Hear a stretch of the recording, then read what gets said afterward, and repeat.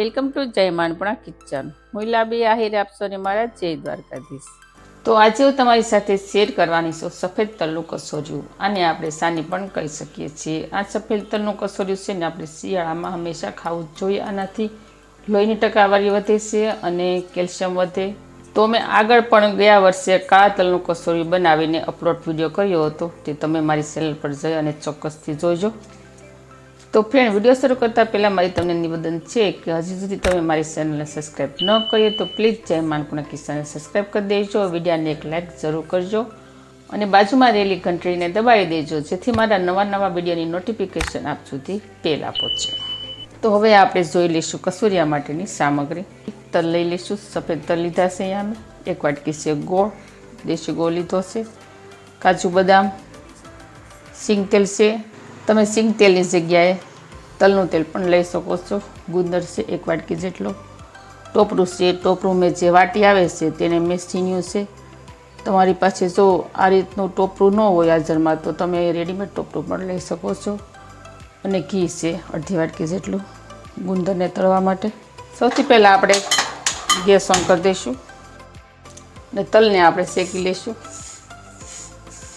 તો તલને આપણે શેકવા એટલા માટે જરૂરી છે કે જ્યારે તો તલ અને ગોળ આપણે મિક્સ જારમાં ક્રશ કરીએ ને એટલે વધારે પ્રમાણમાં તલમાંથી તેલ બહાર ન નીકળી જાય એટલા માટે આપણે હિરકસા આપણે શેકી લઈશું. તલને વધારે નથી શેકવાના, ખાલી ગરમ થાય ને એટલા જ આપણે શેકી લઈશું. તો જો અહીંયા આપણે તલ શેકાઈ ગયા છે, આ રીતે ગરમ લાગે છે. હવે આપણે ગેસની ફ્લેમ બંધ કરી દઈશું. તેને એક બીજા બાઉલમાં ટ્રાન્સફર કરી લઈશું. હવે જે પેનમાં આપણે તલ શેક્યા હતા તેમાં આપણે ઘી એડ કરી દઈશું ગુંદર શેકવા માટે. ઘીને આપણે ગરમ થવા દઈશું. અહીંયા ઘી ગરમ થઈ ગયું છે. હવે આપણે તેમાં અડધો ગુંદર પહેલાં તળી લઈશું.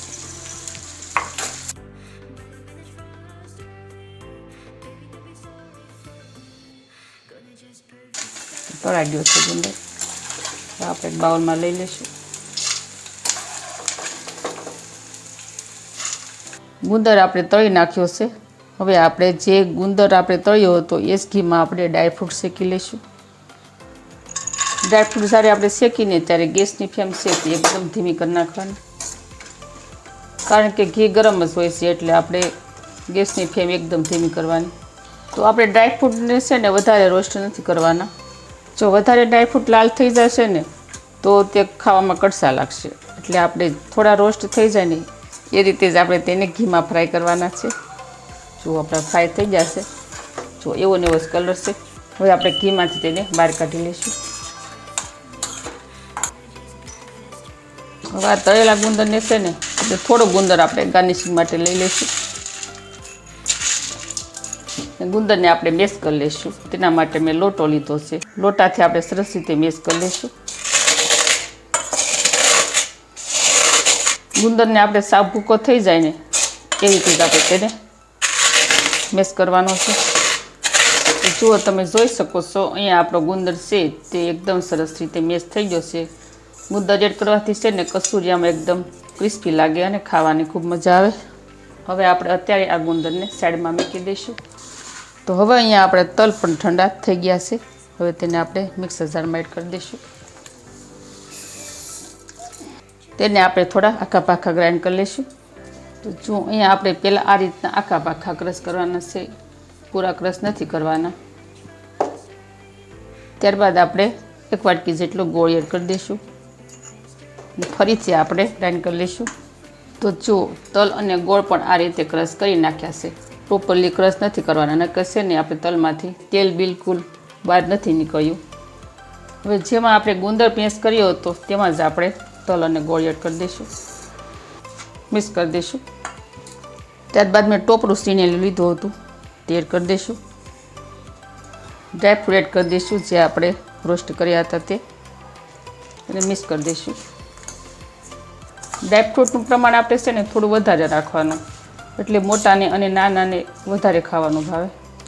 હવે આપણે થોડું તેલ એડ કરતા જઈશું, થોડું અને મિક્સ કરી દઈશું. જે પ્રમાણે જરૂર પડે એ પ્રમાણે તેલ એડ કરીશું. તો પહેલાં મેં અહીંયા નાનો ચમચો લીધો છે. આમાં તમે ખસખસના બી પણ એડ કરી શકો છો. અત્યારે મારી પાસે હાજરમાં નથી એટલે મેં ખસખસના બી એડ નથી કર્યા.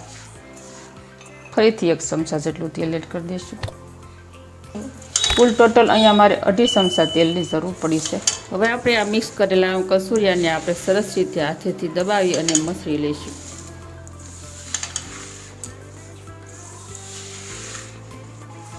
એટલે આવી રીતે આપણે તલમાંથી અલગ અલગ વસ્તુ બનાવીને ખાય ને તો આપણા શરીરને ગરમી મળે અને શક્તિ પણ મળે. તો જો અહીંયા આપણું કસોરિયું સરસ મજાનું મિક્સ થઈ ગયું છે. હવે તેને આપણે એક બાઉલમાં લઈ લઈશું. તો હવે આપણે કોઈ પણ આ રીતનું ગોળ બાઉલ લઈ લઈશું. તેમાં આપણે આ રીતના કાજુ મૂકી દઈશું ઊભા. તો જો અહીંયા આપણે ફરતું કાજુને એક રાઉન્ડ કરી નાખ્યું છે. વચ્ચે એક બદામ મૂકી દઈશું. થોડો આપણે વચ્ચે ગુંદર મૂકી દઈશું. આ રીતનો દેખાવ બહુ સરસ આવે. તો હવે જે આપણે કસૂરી તૈયાર કર્યું હતું તેને આપણે હળવા હાથે બાઉલમાં એડ કરી દઈશું, જેથી કાજુને આપણે ગોઠવ્યા છે તે વિખાઈ ન જાય એ રીતે. તો ફ્રેન્ડ, તમને આ કસોરિયાની રેસીપી કેવી લાગી તે મને કમેન્ટ કરી જરૂર કહેજો અને તમે આ ઘરે ચોક્કસ બધા માટે બનાવજો. હવે આપણે તેને હાથ વડે પેસ્ટ આપી દઈશું. આ રીતે આપણે દાબડી દઈશું હથેળીથી. આ કચોરિયાને છે ને તમે આ રીતે 15 કે 20 દિવસ માટે ફ્રીજમાં રાખી અને સ્ટોર પણ કરી શકો છો. હવે આપણે એક આ રીતની પ્લેટ લઈ લઈશું. તેને બાઉલ ઉપર ઊંધી મૂકી દઈશું અને આ રીતે બાઉલને ફેરવી દઈશું.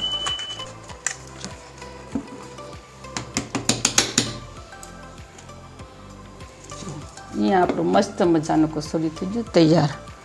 હવે આપણે તેને ફરીથી થોડું ગાર્નિશિંગ કરી નાખશું. તેના માટે ફરીથી આપણે ઉપર થોડાક ગુંદર મૂકી દઈશું. થોડા ડ્રાયફ્રૂટ મૂકી દઈશું. ઉપરથી થોડું ટોપરાથી ગાર્નિશિંગ કરી નાખશું.